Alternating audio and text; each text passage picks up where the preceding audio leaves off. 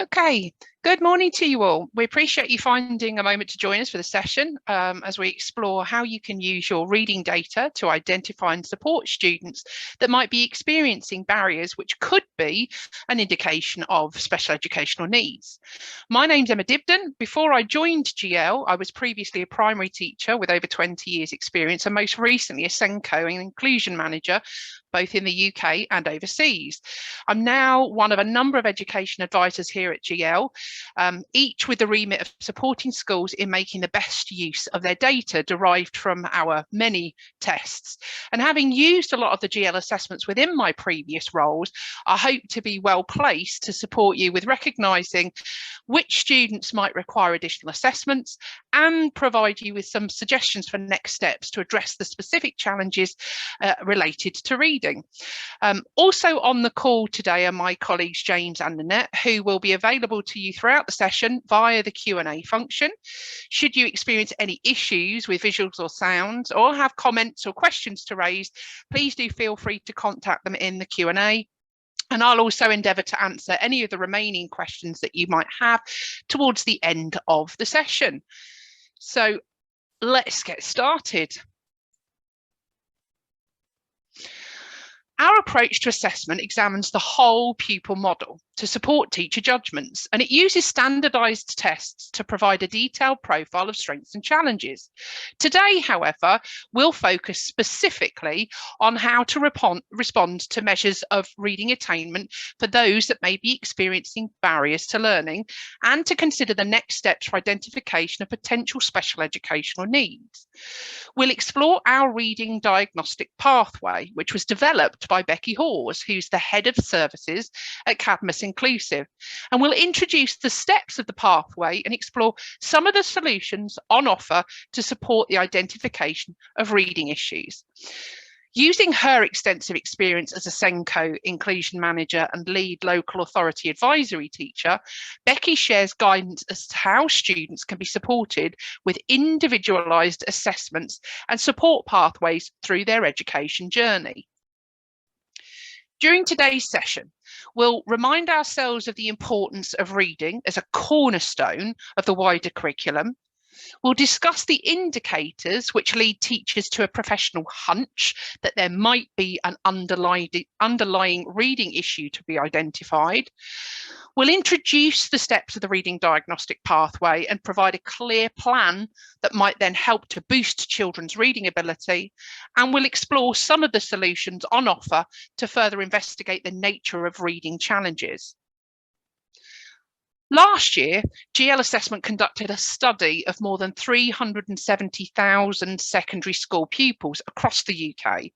And that study showed that there's a significant correlation between reading ability, as measured by the New Group Reading Test or NGRT, and GCSE results across all subject areas. The correlation between good literacy and good student outcomes at GCSE was in fact much higher in maths than in some arts subjects like history and English literature. The nature of GCSE maths questions has changed, where once students were presented with diagrams and figures, they may now be asked to read descriptions offered in their place, requiring a proficient ability in reading in order to interpret a question before they can even access the mathematical content. As Alex Quigley highlights, reading proves to be the master of all secondary skills. The study's findings on screen present a stark picture referencing underachievement, growing gender gaps, and barriers for disadvantaged students. Let's begin with hearing from Becky herself as she reflects upon the important role that reading can provide as a tool for emotional resilience. Oops.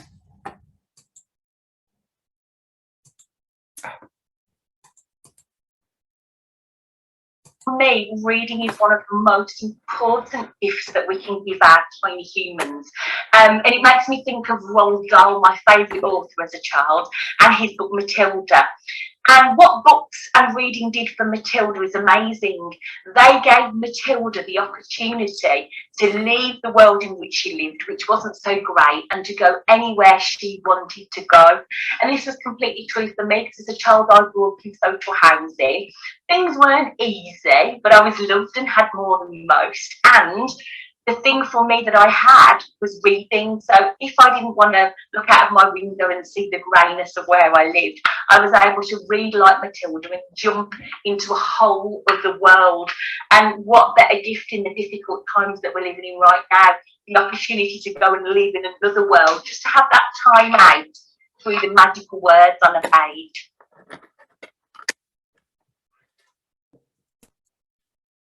As educators, there are many different indicators that may lead us to suspect an underlying difficulty with a student's reading. Here we'll use the term professional hunch. Whether they come through teacher judgement or assessment, such as our NGRT test, the 5 areas shown offer an overview of the most common red flags that might lead you to further investigate a pupil's reading. Decoding, the ability to apply your knowledge of letter-sound relationships, including knowledge of letter patterns, to correctly pronounce written words. Tracking, the ability to move one's eyes smoothly across the page and from one line of text to another. Comprehension, the ability to read a text and understand its meaning. Fluency, to read with speed and accuracy and expression. And disposition, the student's attitude towards and engagement with reading. The diagnostic pathway is a 5-step approach to identifying and addressing reading difficulties. These steps can be refined or adjusted over time depending on outcomes. Step 1 is the use of quality first teaching to support decoding and comprehension skills. Step 2 involves the use of regular assessments to monitor a child's progress and to evidence the effectiveness of an intervention. Step 3 is the so what. How are you using assessment data alongside teacher judgment to identify priority pupils and plan for next steps? Step 4 is the development of an intervention plan tailored to the specific difficulties observed and measured. And finally, step 5 is the ways in which diagnostic assessment tools can be used to identify more persistent challenges that might be associated with specific learning difficulties. As we know, quality first teaching incorporates high quality inclusive teaching alongside whole school processes for assessment, planning, implementation, tracking, monitoring and reviewing a child's progress. Effective readers are those that can decode and understand the text they're reading. Quality first teaching for reading, therefore, needs to ensure that all pupils are making good progress in both these areas as per the simple view of reading seen on screen here. As teachers and practitioners, you'll likely have a range of strategies which you'll use to support the development of skills for decoding in your setting. On screen are a few examples that are included in more detail within the pathway document.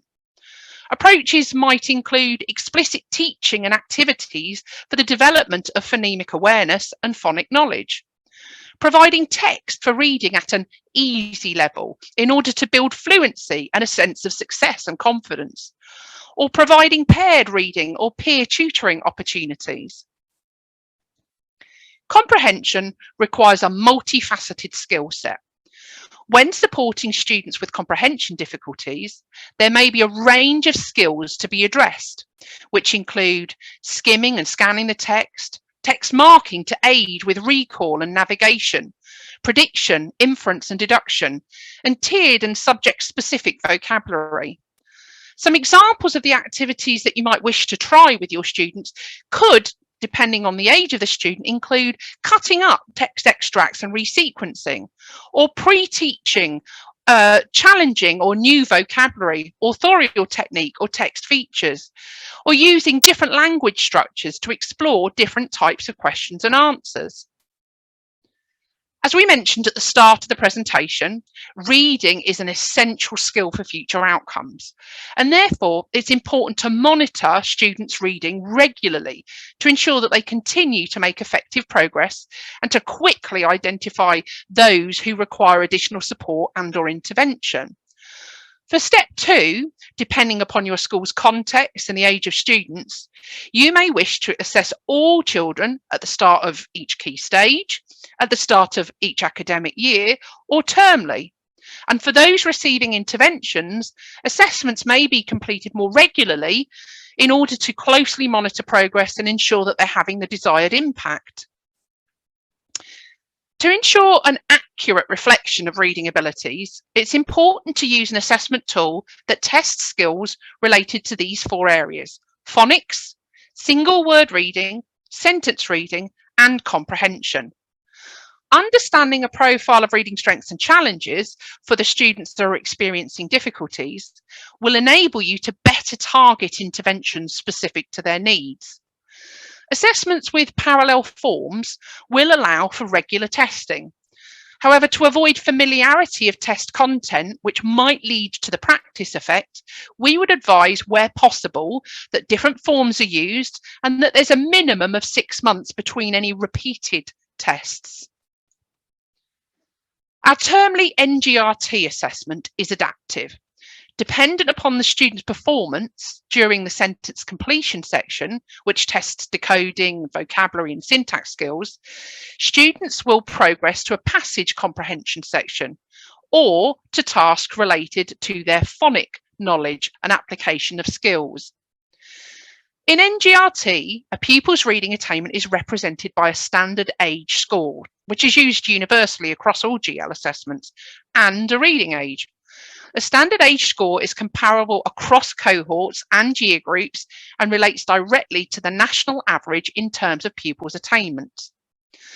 The adaptive nature of the test not only supports appropriate progression between sections, but also within the sections themselves, as questions change to respond to each pupil's performance, providing an adequate level of challenge without leading to disengagement with the test. So for primary pupils particularly, who might be new to formal testing, this can provide a really positive assessment experience. So what next? Now you have reading assessment data, the next steps are to identify and effectively support those children who may be displaying difficulties. Using your NGRT data as an example, we'd advocate for 2 avenues in terms of flagging students that might require further investigation or intervention. For students with a low overall reading ability, recognised in your NGRT data as a SAS score below 85, we would recommend a diagnostic reading assessment such as the YARC. This tool provides detailed analysis of reading accuracy, rate, and comprehension.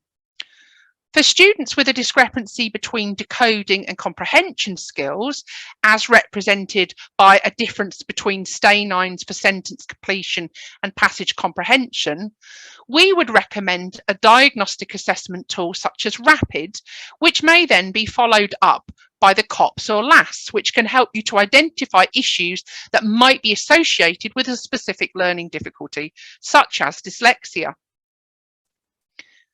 The YARC, or York Assessment of Reading Comprehension, is a one-to-one diagnostic reading assessment designed to assess pupils' reading and comprehension skills from an early age through to the end of secondary school. It was developed by a team of reading experts from the Centre for Reading and Language at the University of York and allows you to closely observe a pupil's reading behaviours, strengths and areas for development. All 3 versions of the YARC include parallel forms, which allow you to measure the impact of an intervention or progress over time. The YARC is split into primary and secondary editions. In the primary edition, you'll have the early reading test for students aged 4 to 7, and this test assesses a pupil's phonological skills, alphabetic knowledge, and word reading in a time efficient and flexible way. The passage reading for primary for students aged 5 to 11 assesses accuracy, reading rate and comprehension in one single assessment. And similarly, the secondary passage reading assessment for students aged 12 to 16 assesses reading accuracy, fluency and comprehension, and includes a version of the single word reading test as used as a benchmarking test. Both of the assessments take between 20 and 30 minutes to administer, and these tests are paper-based, although there is an online marking and report generation tool that's available for free use. The RAPID, COPS and LAS form part of our dyslexia assessment pathway and are all digitised assessments.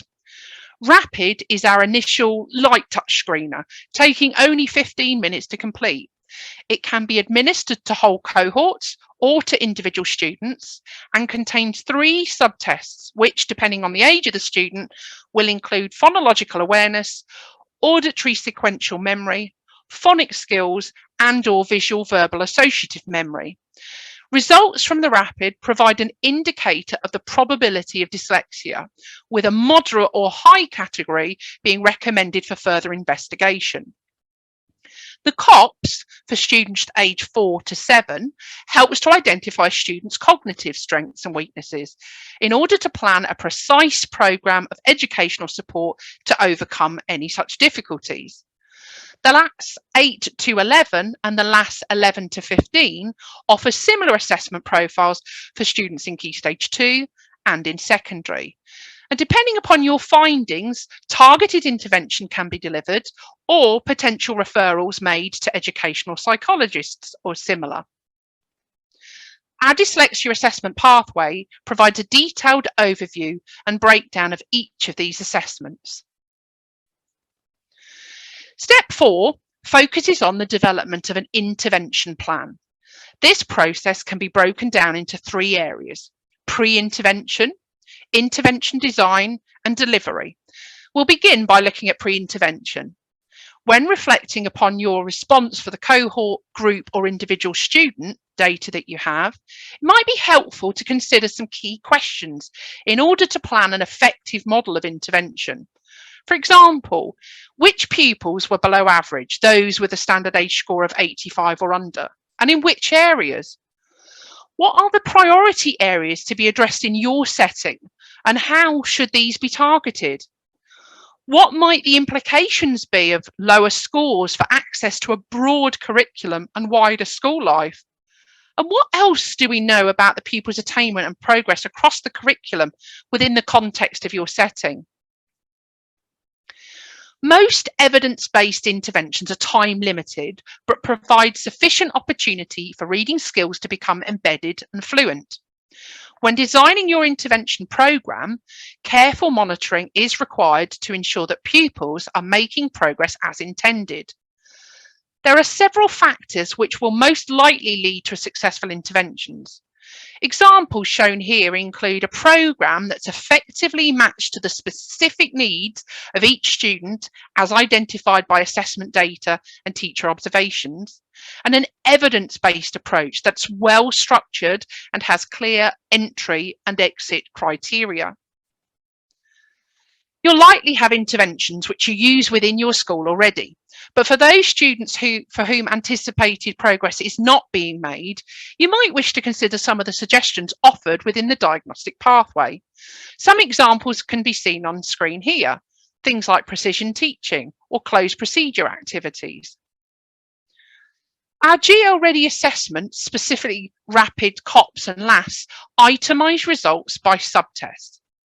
On screen, you can see a breakdown of the subtests for the LAS 8 to 11. Using the individual student report, you can identify specific areas of weakness. Looking closely, we can see that this student experienced particular difficulties with the Sea Creatures test, a diagnostic test of visual memory, and the single word reading test, which is a test of attainment. The report provides further guidance for interpretation by offering an associated description and reference to the indications for actions tables. The indications for actions tables are available for each of the assessments within the GL Ready platform. It should be borne in mind that interpreting the results from the COPs and LAS 8 to 11 requires the interpretation of the overall profile and not just consideration of each individual subtest separately. The tables, however, aim to provide some guidance for supporting students with below average scores on particular subtests. Following the sample report from the LAS 8 to 11 from the previous slide, we can examine the areas of challenge for the student by considering the context and potential indication of poor performance. And with this understanding, we can then explore the actions that can be taken by referencing the user manual for appropriate intervention activities and computer software recommendations. An intervention example that you may or may not be familiar with is precision teaching, which aims to improve students' accuracy and fluency and can be used to support reading, spelling and number work. We know that achieving fluency is integral to many areas of learning. This intervention programme is likely to most benefit those students who struggle to retain frequently used knowledge. Perhaps they have a specific learning difficulty such as dyslexia and need extra intervention to develop fluency or automaticity in the areas of reading or spelling. Or maybe they have working memory weaknesses. Precision teaching is a short daily one-to-one programme which includes a timed assessment of only 1 minute, during which the student must read multiple repetitions of the same 5 to 10 target items, enabling rapid progress to be made. Across your school population, students will have a wide variety of needs, some of which may not fit the identification methods outlined so far in the first 4 steps of the reading diagnostic pathway. So step 5 is all about taking a more focused look at pupils whose specific difficulties may require more targeted assessment tools. Here are 3 such examples. For students that experience limitations with vocabulary, which may impact reading progression, the British Picture Vocabulary Scale may be of use.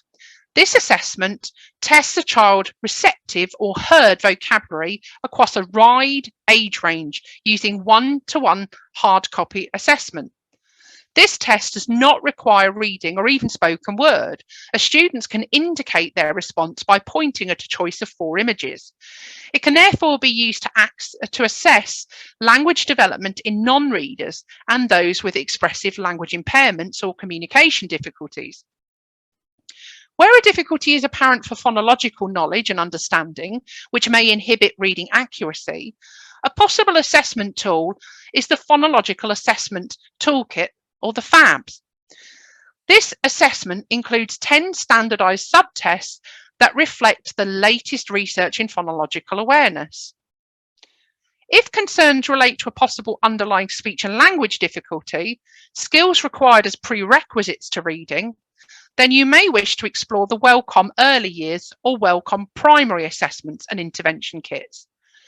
Children's communication skills emerge long before formal education begins, and for those that experience barriers in this area, the impact can be significant. Used to identify difficulties via a series of observations and activities, the Welcome Kits provide a wealth of intervention strategies, both in the earliest stages of development and throughout primary. The assessment identifies difficulties through a simple traffic light system, indicating a child's current level of speech and language, from which a pathway for action can be derived. The assessment is supported by the online report wizard, which allows for the monitoring and evaluation of progress to be made. Finally, I'd like you to signpost you to several resources that might help you to accurately use your reading data to identify students that might be experiencing challenges and plan the most appropriate pathway of investigation and intervention.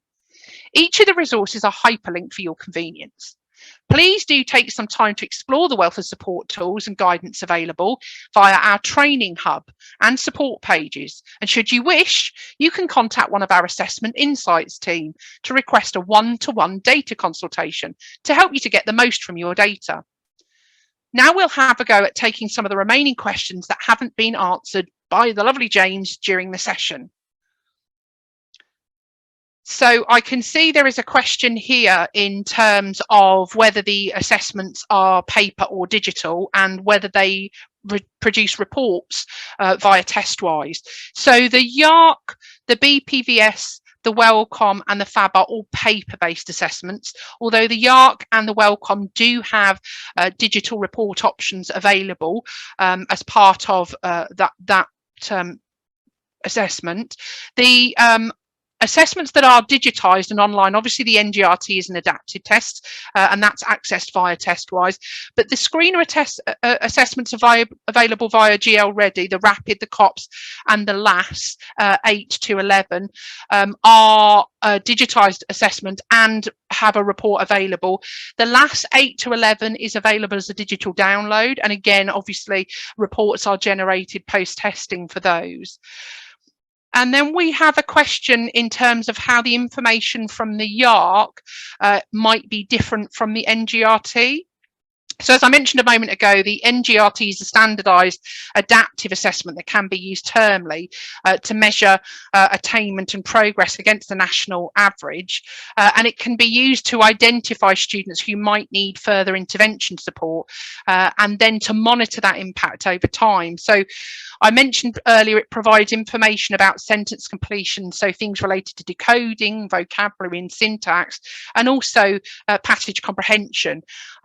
The YARC, however, is a one-to-one hard copy assessment, and the benefit of the YARC is the opportunity to note those close observations of a pupil's reading behaviours that perhaps we won't see through the digitised NGRT assessment. So when we're thinking about those students that might experience barriers, we get a much more specific profile of their strengths and challenges in terms of being able to address precisely whether it might be a comprehension challenge, a decoding challenge, or maybe an issue with fluency that might be developed by building a student's reading rate.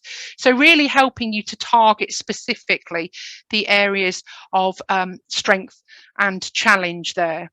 So just returning to say thank you very much for joining today's session, which we hope was useful to you, and hope that it provides you with some insights in the ways in which you can use your reading data to identify and support students who might be experiencing challenge in that area.